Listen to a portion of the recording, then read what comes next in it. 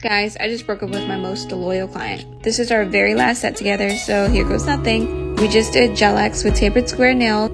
I'm using the A method to create my French, and then I just filled the rest of the nail with black. And then I'm gonna go in with this pink chrome.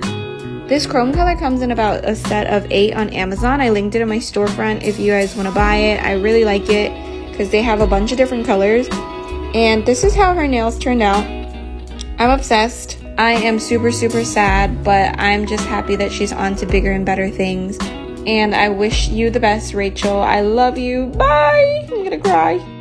Story time about how I ruined my ex-best friend's relationship and reputation in 2 days. So a little background information, I was 14 in 8th grade. I was in a very toxic friend group of 3, and we all secretly talk crap about each other. So 2 of the girls in my friend group decided that they didn't want to be friends with me anymore, for absolutely no reason. The one girl texted me saying, I don't want to be friends with you anymore, and then the other girl literally just played along with it because she can't think for herself. She was like, yeah, I've been planning on doing this for like 2 weeks. So I got very embarrassed by this because they started going around the school telling everybody about it. And not to sound like that person, but I was really popular. I had a lot more friends than them, and the only reason why people liked them was because they were my friends. Anyway, so I started texting the boys that they liked. And I was like, hey, I think you should know that they've been talking to other people while they're talking to you. And I just thought that that was really wrong. And when they asked who, I gave them names of boys that they both used to talk to. And then when the girls texted me about it, like for part 2 about how I ruined my ex-best friend's relationship and reputation in 2 days. So like I said, I texted the boys that they liked saying that they were talking to other people. And then of course my ex-best friends got mad and then they started texting me about it saying, oh, why are you lying, blah, blah, blah, blah, blah. And I was like, honestly, I just think it's really wrong for you to try and play these boys who actually have feelings for you. Yes, I know I was a little crazy, but who isn't? Anyway, so then I decided to get my mom involved because I had been friends with these girls for a while. So my mom knew their parents very well. So I told my mom I was really worried about them because they were starting to get into really bad stuff and hanging out with the wrong crowd. So I couldn't be friends with them. And they tried to talk me into doing stuff. So then my mom called their parents. Well, then their mom started to drop them off and pick them up every day because they were grounded. Well, then their mom started to apologize to my mom because their kids were such bad influences on me. And then when everybody asked why we stopped being friends, I told them that they made fun of my grandma who isn't alive. And 4 years later, everybody still hates them.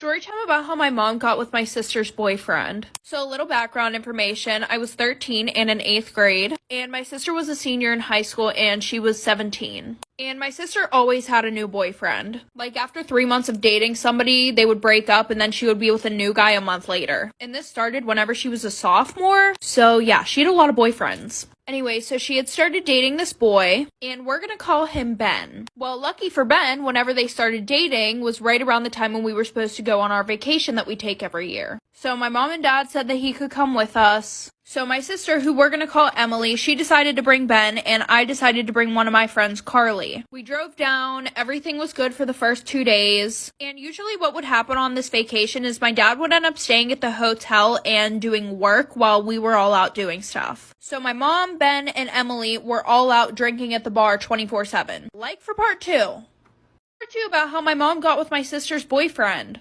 So like I said, Emily, Ben, and my mom were out drinking 24/7 at the bar. And since this was a vacation that we took every year, my sister already knew a bunch of people down there. The one night my mom started feeling really sick at the bar, so Ben offered to take her back to the hotel. And at this time, my friend, my dad, and I were all down at the buffet in the hotel. So Ben took my mom upstairs to our hotel room, and my dad was like, oh, do you guys want to walk down to the fair? We said yes, so he told us to go upstairs and get his wallet. So my friend and I go up in the elevator to our room, and I want to say this was about 20 or 30 minutes after Ben and my mom had went upstairs. So we get into the room, we hear the shower running, which was weird because we didn't think anybody was there. So instead of me calling my dad because it might have been a murderer, I go, and the door slightly creaked open, so I look through the door, and obviously I could hear you know what, but hers and his clothes were on the floor. Like for part 3. This is why you should always keep pictures of your parents. A little girl named Olivia who lived a very quiet life decided to check her homework assignments that were posted online. The teacher posted that they needed to write down their favorite memory with their family as well as bring a photograph. Olivia then writes about how her and her mom play dolls every night in the basement before bed and that she has a lot of fun doing so. She finishes her paragraph and then looks in her dad's drawer for a photograph of mom. She only found pictures of her mom from high school but decided to use it anyway. Olivia goes to bed and wakes up the next morning. Once she arrives at school, the teacher then says, let's start presenting our project. Then the teacher called Olivia's name to present. Olivia then begins to read about how her and her mom play dolls every night and then pulls out the photograph. As soon as Olivia pulled out the photograph, her teacher's face goes numb. She then asks Olivia if she can take a closer look at the photograph. She then recognized her mom as one of her previous students. Then the teacher asks, where did you get this photo? Olivia says, my dad keeps them in his drawer. The teacher, shocked, sits down Olivia and pulls out an old newspaper. The newspaper headline, local high school teen murdered, boyfriend gone missing. The teacher then looks at Olivia and says, your mom has been dead for 14 years.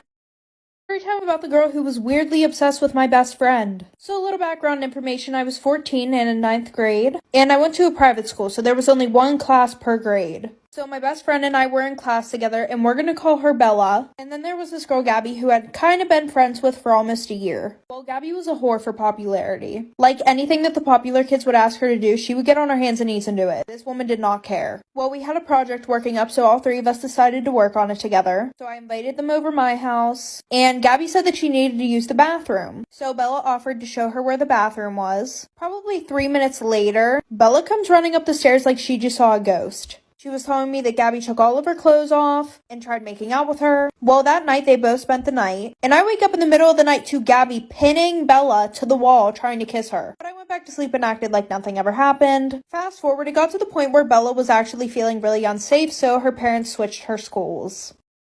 Am I the a-hole for kicking my brother-in-law out after he referred to himself as the father of my child? Let me explain. I'm a 30-year-old female and my wife is a 29-year-old female. We welcomed our son into the world a year ago, and both of our families are very accepting of us, but my wife's family has this weird obsession with passing on the family genes. So this made adopting out of the question very early on. My wife and I always wanted to start a family, but things got difficult when my wife found out that she was infertile.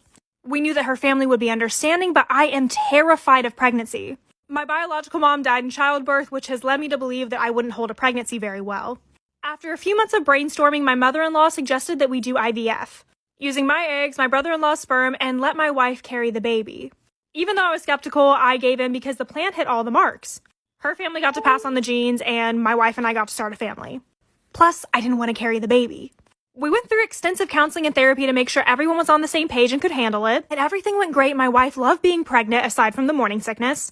Therapy to make sure everyone was on the same page and could handle it, and everything went great. My wife loved being pregnant aside from the morning sickness. And we were overjoyed to welcome our new baby boy in the winter. But a problem arose when we were preparing for my son's first birthday when my brother-in-law made a comment about how he should get a say in the planning as the child's father. I was shocked, I cringed, and I told him he wasn't. And told him that he was just providing a piece of him, and he looked me in the eye and said, yeah, so he's our child. My wife's jaw dropped and my mother-in-law wasn't making eye contact.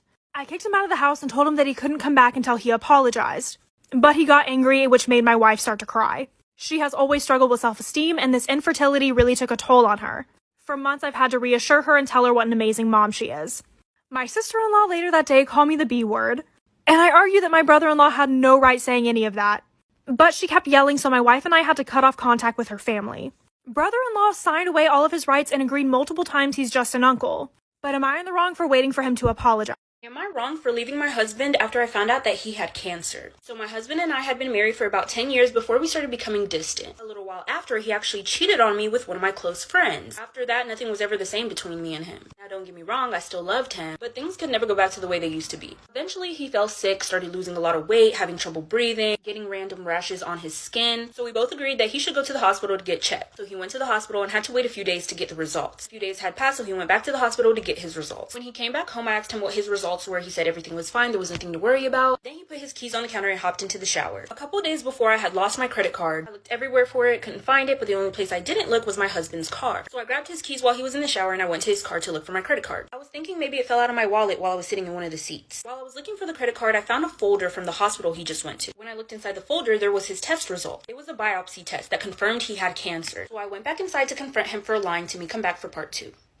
This is part 2 of the story of me leaving my husband after I found out that he had cancer. So after I found the positive test results in his car that confirmed he had cancer, I went back inside to confront him for lying to me. I was sitting down waiting for him to get out of the shower. But then I kind of decided that I didn't want to confront him. Our marriage was already going downhill and I was already having thoughts about leaving him anyway. I mean, he did cheat on me with my close friend. I know this might make me sound like a terrible person, but I didn't want to be there for him. I didn't want to be his main support system mentally or physically. And cancer is a lot to deal with. I didn't want to be in and out of the hospital, spending multiple days there, sleeping there, paying all of the bills myself. It would be too much for me. So I decided I was going to pack my things and leave without telling him when or why. And I mean, he didn't know that I knew he had cancer, so he wouldn't think that I was leaving him because of that. So I knew I needed to leave before he decided to tell me he had cancer, so it didn't look like I left him because of that. So the next day, he went to work, and then I went to work. As in packing all my stuff, and then I left. Afterwards, he kept begging me to come back, so I blocked him, and I haven't talked to him since.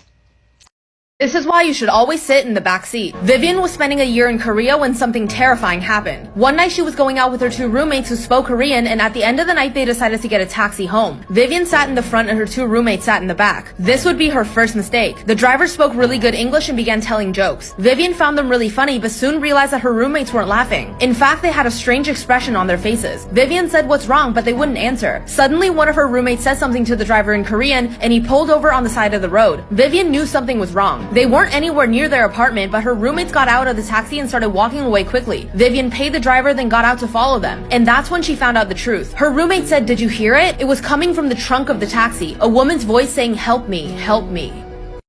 So this is a story time about my insane boss. So as a lot of you guys know, for 4 years, I worked as a Disney princess. It wasn't in Disney World or anything, it was a place locally. But it was still one of the most fun jobs I've ever had. Our boss, however, was her own kind of person. She was continuously going through cycles of being on and off with different boyfriends, and we could always tell if they were together or not by the way she treated us. Like, anytime there was a fight, she would always take it out on us. There was one time where we were just setting up in the back, and she walked back yelling, saying to stop gossiping about her. Literally none of us were even talking. She also had a massive issue with hoarding, so like all of the back rooms were filled with junk. She started to get a lot of calls from tax collectors, and she would always make one of us answer the phone. Eventually, they started to stop by, and she would just go hide. A couple weeks after this, I came in for work, and the entire place had been robbed. Things stolen, glass everywhere. And she told me my social security had been taken. However, I knew something was off. Like and share, and I'll do a part 2.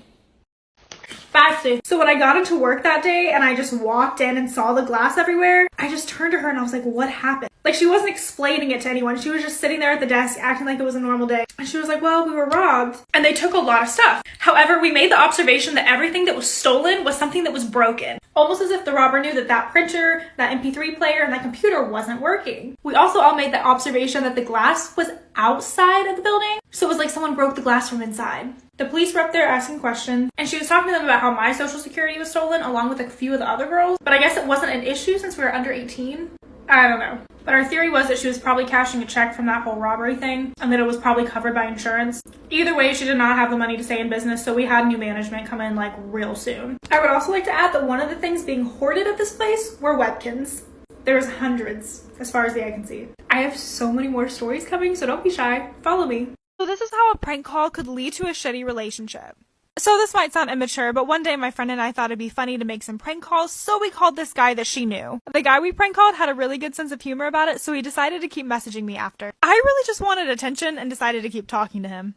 And then that's when we FaceTimed. He was so cute and we continued to talk back and forth. But I had to go on vacation with my family for a few days, so we couldn't meet up quite yet. For this trip, he asked me to be his girlfriend, and I said yes, but it wasn't long until he started to notice that I wasn't much of a simp for him. This really bothered him, but he ended up going about it all the wrong way. He decided to start making up stories in order to get attention from me. They would be about him or his family, and he would just do it to get me to listen to him more.